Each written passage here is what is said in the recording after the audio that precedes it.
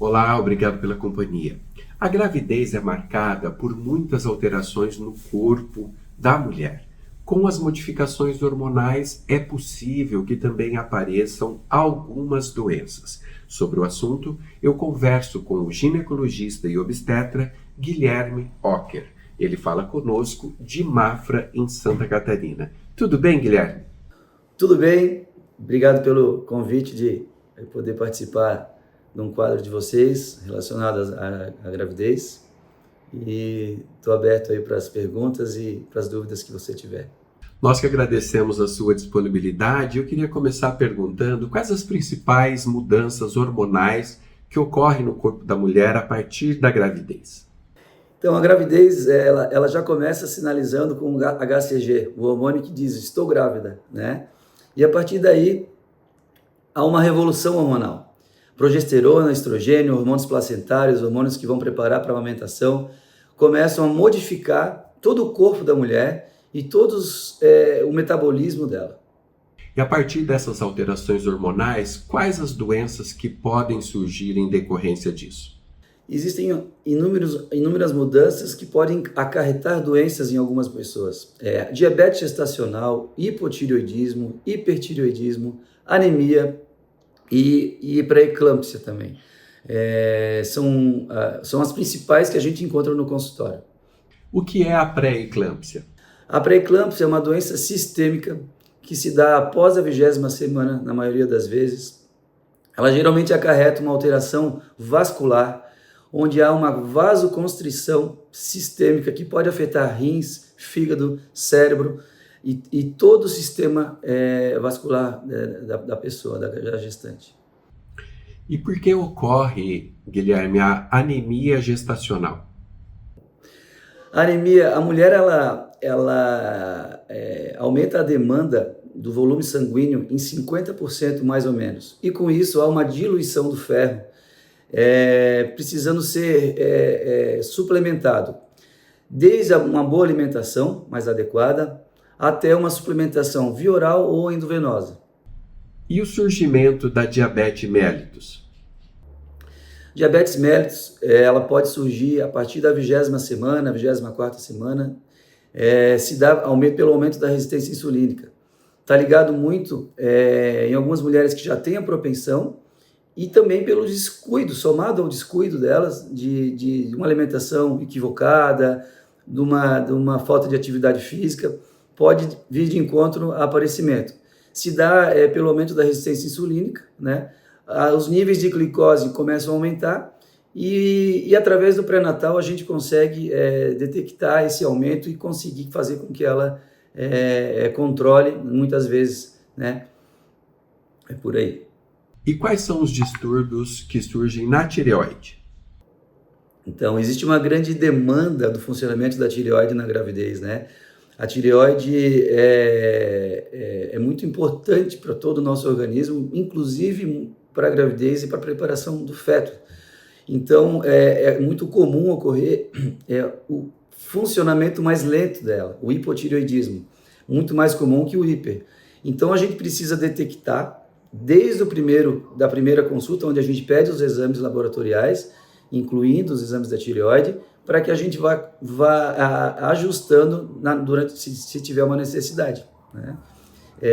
O hipertireoidismo ele já não é tão comum, tá? Mas a gente também encontra na nossa rotina médica. É um período também que a mulher fica mais vulnerável às infecções urinárias? Com certeza. Os hormônios progesterona, estrogênio, eles lentificam o esvaziamento da bexiga. Então, fica mais suscetível a formar uma infecção. Então, a gente sugere beba muito líquido, né? Beber bastante líquido, fazer os tratamentos adequados numa infecção assintomática. A gente já prescreve um antibiótico adequado para a gravidez, mas elas são muito mais suscetíveis, sim. A bexiga, ela esvazia muito menos do que quando ela não está grávida, por conta dos hormônios. E mais ao final da gravidez, Guilherme, é possível o surgimento de asma? Com certeza. A asma, ela é comum durante toda a gravidez por mecanismos diferentes conforme o tempo, né, de gravidez. A asma no final da gravidez, ela está relacionada mais à restrição de espaço.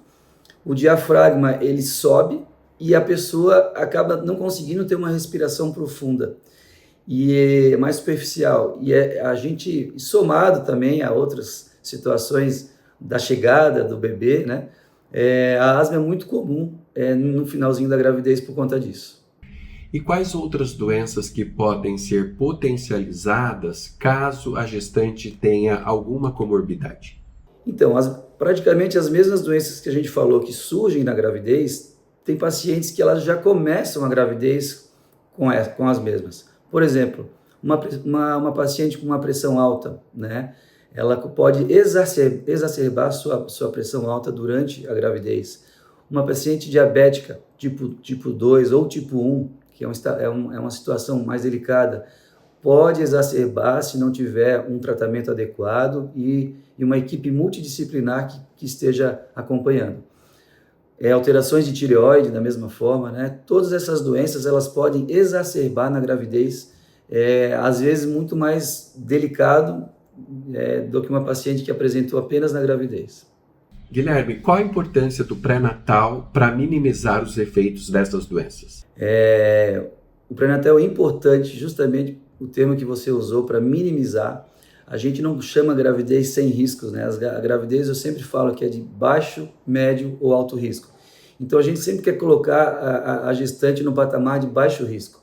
Então o pré-natal está aí para a gente identificar mais precocemente qualquer alteração relacionada às doenças metabólicas, hormonais, e a gente consiga chegar até o final da gravidez num patamar de baixo risco.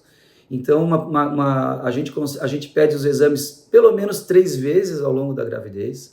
A gente pede ultrassonografia desde o início da gravidez, desde o momento que é possível enxergar o bebezinho, né, dentro do útero, na metade da gravidez também para identificar alterações vasculares, crescimento. Então, o pré-natal ele é importantíssimo para que a gente consiga diminuir, ou pelo menos minimizar, às vezes, uma alteração grave. Nem sempre a gente coloca o paciente num patamar de baixo risco, e sem o pré-natal seria bem diferente os desfechos. Guilherme, como que deve ser a participação do pai nesse momento da gestação para também, de alguma forma, minimizar os efeitos desses problemas que a gente elencou aqui? O pai é uma peça imprescindível desde o momento, desde o pré-natal. Hoje em dia, a gente fica muito feliz que os pais vão muito mais na consulta que antigamente, talvez culturalmente, eu não sei se pela quantidade de filhos que houve uma diminuição, mas a presença deles diminui o medo, a ansiedade, cria um vínculo maior familiar desde a gravidez, que isso vai depois projetar para a vida, né, após o parto.